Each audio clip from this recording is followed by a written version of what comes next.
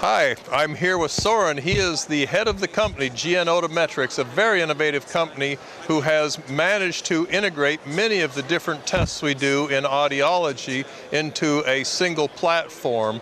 It has basic audiometer, which can do your standard hearing tests. It has otoacoustic emissions, which is an important test for screening newborn babies, and also can be used to show various auditory pathologies such as auditory neuropathy. They have integrated the impedance system so that you can do middle ear measurements and look for all types of middle ear and outer ear pathologies. They have put multi-frequencies together in their impedance system so we can differentiate otosclerosis, for example, from an ossicular discontinuity. They have integrated pediatric testing using a procedure known as visual reinforcement audiometry into this unit, so you can test children 30 months of age and older. And the OAE system will allow you to test children as young as newborns. So it's a very broad-based coverage system that's integrated all into a single unit. In addition to that, you can integrate their real ear measurement system into it, so all of your hearing aid data can be integrated in with your audiometric data and your medical impedance data. So this is a major breakthrough. We're very excited about it. Soren, tell us a little bit about your system. Well, you did a good job explaining what we can actually accomplish, and for the clinician it gives a lot of benefit to have everything combined into one single software platform with the same user interface, the opportunity to share data, to combine data into the same report for the audiologist or for the physician, and also to have an electronic record, so you don't have all the papers that you're used to in terms of printouts that are stable together. Everything is neat and tidy, stored on the computer, and with the added possibility of integrating the suite with larger hospital systems or physicians' patient management systems through a gateway that's called Otobase. So it actually is end-to-end electronic data management. Well, it's high time we got away from cutting and pasting. We've done that for all the years of this profession since 1942 when it was founded, and it's a great opportunity to have this much all in one platform and not have all these loose pieces of individual hardware that can't talk to each other, essentially. This is a major breakthrough, and it's for this reason we give this one of the best of AAA awards. Thank you. Thank you much.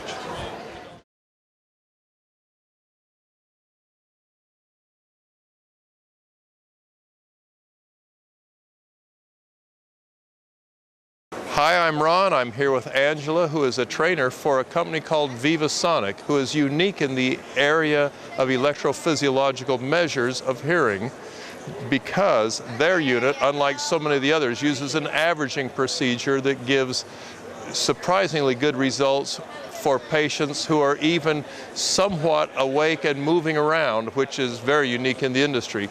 Many other companies who make devices for this type of measuring require the patient be sedated. Angela is going to show that even when she's talking and moving around a little bit, she's going to be able to measure her own hearing electrophysiologically. As you can see, she already has the electrodes connected, and behind here on the screen shows that the electrodes are all in contact. The positive, the minus, the negative, and also the ground are fully contacted, and you can confirm that quickly by looking at the screen, which is a nice feature of this system. Angela, talk to us a little bit about the system, and let's see it in operation. Thank you. Well, we have a system that takes out the need for sedation in a lot of cases by allowing the continuous collection of the signal through the muscle artifact. So typically the problem is that the little nervous system response that you're trying to record is about this big compared to the same electric noise coming off of the muscle, which is about this big. So to resolve that tiny little signal, you have to be still so that there is no muscle artifact. Try telling a 2-year-old to be still.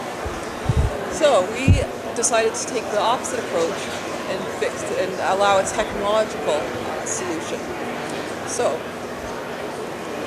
Now, in addition, I noticed that there is nothing connecting me to the computer. Typically, there is a wire from the patient interface to the laptop and another wire connecting everything into the wall. What this does is it allows any type of electromagnetic interference in the room to be drawn into the system and further contaminates that tiny little response that you're trying to see. By eliminating those wires, using a Bluetooth connection from the patient device to the laptop and a battery pack to operate instead of plugging it into the wall, but by removing all those paths of induction, now the electromagnetic interference will not get in and contaminate the signal. Third feature, if you notice this electrode, which you would traditionally call a ground, it looks a little bit big. This is because all of the hardware amplification is happening right here.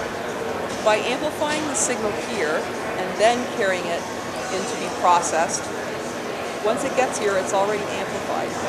As opposed to just picking it up here, pulling it in, amplifying it here, now you're also amplifying anything that you've pulled in from the environment. You combine these three features, and this is how we are now able to do ABRs in settings previously impossible, like the NICU, the operating room, extremely electrical hostile environments, and on patients where it was not previously possible, where it's too dangerous to sedate them, parents won't allow sedation, or the facility just does not have the vast resources that are required for sedation. The way it deals with the muscle physiology is this SOAP algorithm. SOAP cleans up the muscle artifact, as opposed to your traditional averager, which will simply reject any sweep above a given amplitude as impossible to be a valid neurologic signal. So with your traditional averager, the sweep comes in, it's too high, it gets rejected. Any amount of muscle artifact will throw a sweep into this category. So you will not be able to swipe, not collect through movement. The SOAP algorithm is a very intelligent mathematical algorithm. This is going to weight each sweep according to how noisy it is. So therefore, a quiet sweep will get more weight in the average as opposed to a noisy sweep, which will get less weight in the average. By allowing more of the quieter sweeps into the average and less of the noisy, it continues to collect through the muscle artifact. Now, we're right now in a very loud convention hall here. I'm going to collect an ABR all myself in this very non-ideal environment. I'm going to keep moving around to create the noise you do not want and keep talking. The software interface is extremely straightforward. Got the decibel level set here, the stimulus type set here, polarity set here. Now, as it's right here, you can see the results of all my neck movement, etc. The traditional averager, because the amplitude is so high, everything will be getting rejected right now. But here you see actually nothing is getting rejected, and the average is building fairly smoothly. To compare what I'm getting up there with what is normal, latency-wise, I'm going to select adult normals. This shows you where your normal range is for waves 1, 3, and 5. Now, in addition to the ABR being present, it has to repeat. Instead of stopping this and repeating it, I'm going to make sure it repeats prior to stopping it. As the sweeps are being collected, half of them are going into A, the other half are going into B. A and B are not sharing any sweeps, so if A and B are identical or similar, then you know you're getting a replicating response without actually having to stop it and replicate it. The advantage of this is that it allows you to save time having to manually repeat it, but also it offers you a more efficient stopping point than simply using a given number of sweeps. The window is a little bit longer than you're used to looking at. We can zoom in to the area of interest. You can also use A minus B, which will subtract A from B, therefore taking out all the signal and leaving you with only the background activity. Ideally, this would be flat, but because we are in a very noisy environment, it's not going to be flat. but it does show you that you can continue to collect your ABR even through audible stimulus. Now, this was a very loud stimulus, 80 decibels. I'm going to go down to 30 and show you that even at 30 it will still work. That's impressive given that the level of noise in here is probably in the area of 70, 75 dB. So she's moved the 80 dB and put signal upwards so we have it by comparison. Now we're going to the 30 dB level here. So now at 30 decibels it took longer than it did at 80. But as Ron was saying, the environmental here is a lot higher than 30. Talk to him a little bit about how your norms changed because of the lower intensity level of stimulation. As you decrease the intensity or the volume, it takes longer for that signal to travel down the nerve and into the brainstem. So therefore, in a normal person, it's going to take longer, and therefore, this is your time right here. This right here is 8 milliseconds. So from the time of stimulation to the time of the response that we are looking for is less than 1/10 of a second. Now, as I was collecting, I applied these peak markers, SS and SE. SS stands for statistical start. We're going to place this at the beginning of the point of interest, the statistical end at the end point. We're interested in what's going on here, not what's going on out here, is the basis for our choice. What this does is it gives you a correlation coefficient of how well A and B are repeating mathematically. So we have the visual as we looked at them, but now we have a very objective backup to validate what we have decided is a repeating signal. And you know, I'm impressed by this. It's in earlier models, in the days when I was studying this at University of Arizona, it was the determination of waveform was much more subjective, and because of that, it's always been argued this is an objective test, yet the interpretation, particularly at lower levels of stimulation, were a little more subjective than we were comfortable with making them. This is a wonderful addition for people to have a much more objective assessment of their objective data. Yes, and to know this before you even stop the waveform so that you don't have to, traditionally bring them back. You would repeat it and then it might not repeat, repeat it again a third or fourth time. Again, it's just a more efficient method.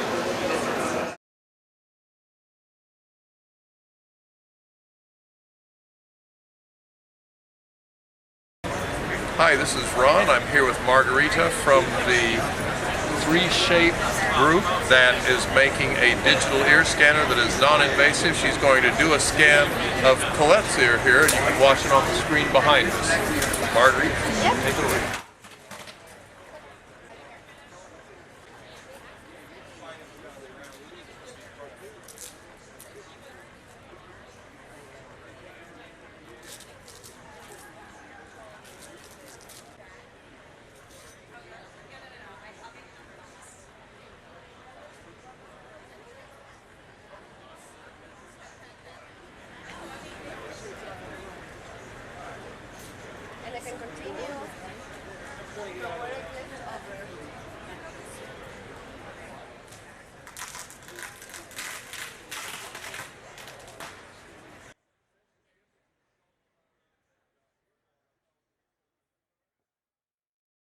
Great idea.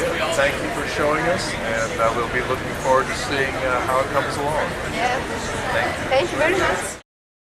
This is Ron. I'm here with Ian, who is an engineer for the 3Shape company. He is going to talk a little bit about something that's been bothering us about ear impressions and ear molds for a long time. You've already seen their three-dimensional scanner that's non-invasive that gets an impression without requiring the usual dam and impression material. But now we're going to take a look at something they've done that we find very useful, which is we can design the earpieces for our hearing aids and for our music products in-house with this software they have. Ian, show us a little bit about what you got. This is a software here where it's based upon scans from an impression or potentially from an in-the-ear scanner. So what I have here is what's called our ear mode design software. and this takes in scans or STL files, and then you go through a series of steps which is based upon the same steps done by hand originally, and we have digitized these steps into a computerized equivalent. So just very briefly, here we have a scan of one of my colleagues, and the first step I'll go to here is to add an offset, which is especially important for in-ear scanning. In other words, we're going to make it a little bigger. A little. Now, impression expands in the ear. If you scan directly in the canal, you don't have a expansion, so this also plays an important part. Then I'm going to go through a series of cuts and shapes. So I'm going to cut the tip of the canal, make sure it's pointing towards the eardrum. So here I can tilt and so on, and you can also taper and shape and form the tip. Then the next step is you actually create the shape of the ear molds. So in this case it's a very short one, but you can create skeleton shapes, you can come up with your own designs and so on. The next step is here we have a sign bore going through the canal, and we have an attachment for a hook. These components you can design your own and bring in your own. Yeah, I haven't seen one of those in a while. This was very popular in our country back in the 80s. It was called a continuous flow adapter. Do you guys call it the same thing? Possibly. I don't think I was born in the 80s. No, we have many different components you can bring in. This is just our own sample, but you can get samples from your own suppliers. Then likewise we have a vent, and you can control the vents. You have different sizes, shapes, trench vents, EROS vents. Yes. You can have vents coming up all around the helix area and so on, or the top of the concha, and you can control the diameters and the form of the vents. Then you place an ID tag, because when you print it you need to know which customer it's for. Then this would then print in acrylic, hard. So now if you have the option, you may want to do a soft ear mold. So in this case we generate what's called, we use our cast printing software, and here if I turn up the transparency you can actually see it's hollow on the inside. And of course you need some way to inject in the silicon. So the final step we have here is you place another ID tag, you create an interface, you punch a hole all the way through to the inside, and you have maybe a few drains to stop air bubbles going inside, and then you print that instead.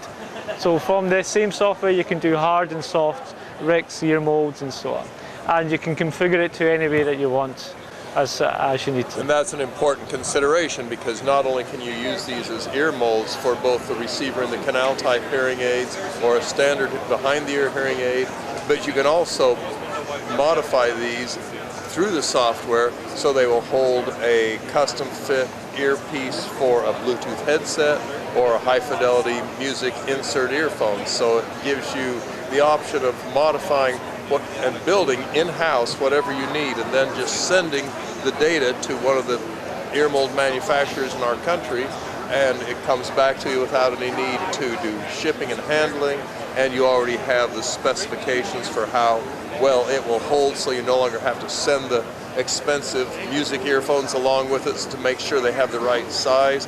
This will cut out a lot of steps and assure better accuracy because you have the in-house modification capabilities.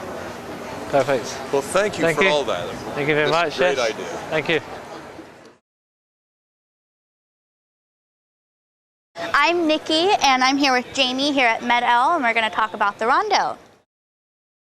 The Rondo is a new MED-EL FDA-approved device. We received approval on October 26, 2012. It is the world's first all-in-one unit speech processor. So no more over the ear. No more over the ear. It is an all-in-one. It goes right here, connects to the internal device. Okay. And what type of batteries does it use?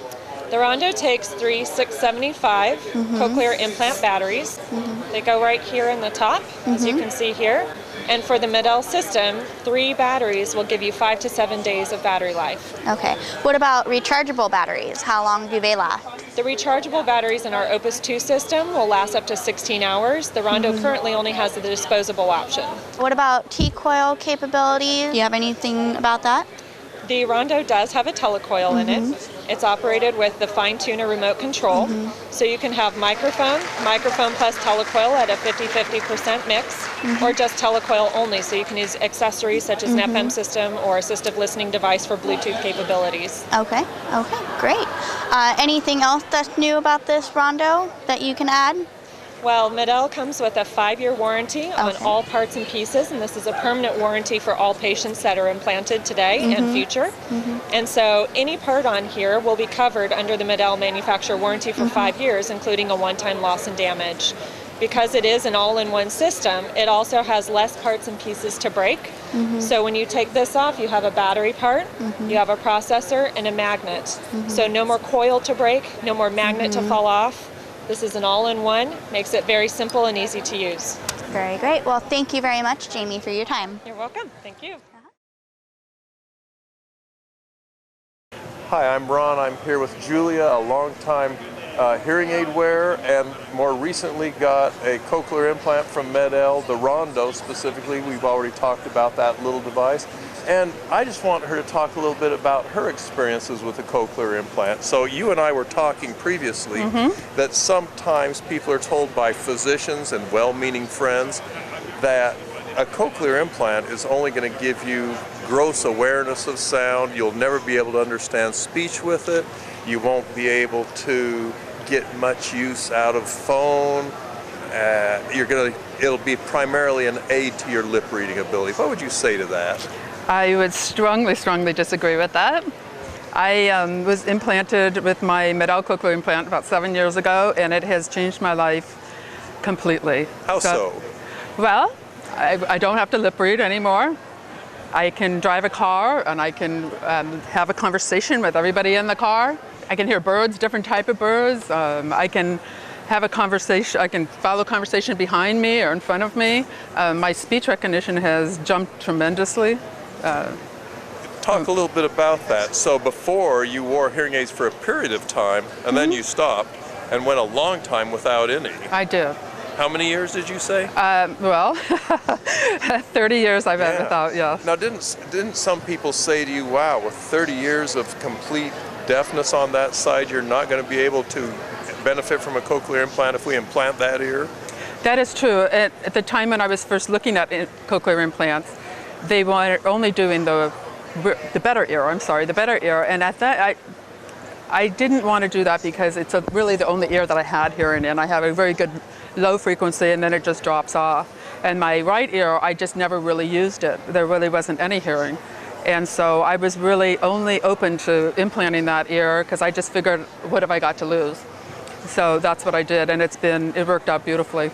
Now, in the past, you used the telephone on an ear that most people would say is too impaired to use a telephone at all, your left ear. But then you got the Rondo now on your right ear, and which ear do you use on the phone? Well, unfortunately, I still use it on my left ear. Wow. But that is because I've never in my entire life been able to use the phone on my right ear. So like I was saying earlier, I literally have to tie my left arm behind my back to force myself to use the phone because I'm just so physically comfortable with it, even though I know I can hear with my Rondo probably even better, but it's just habit. I think you stand as an outstanding example of exception to a whole lot of rules, and Julia and I are going to be at the Hearing Loss Association of America conference in June in Portland, so we hope all of you will come up and get a chance to see her and talk with her directly. Great, thank you. Thank you for all that.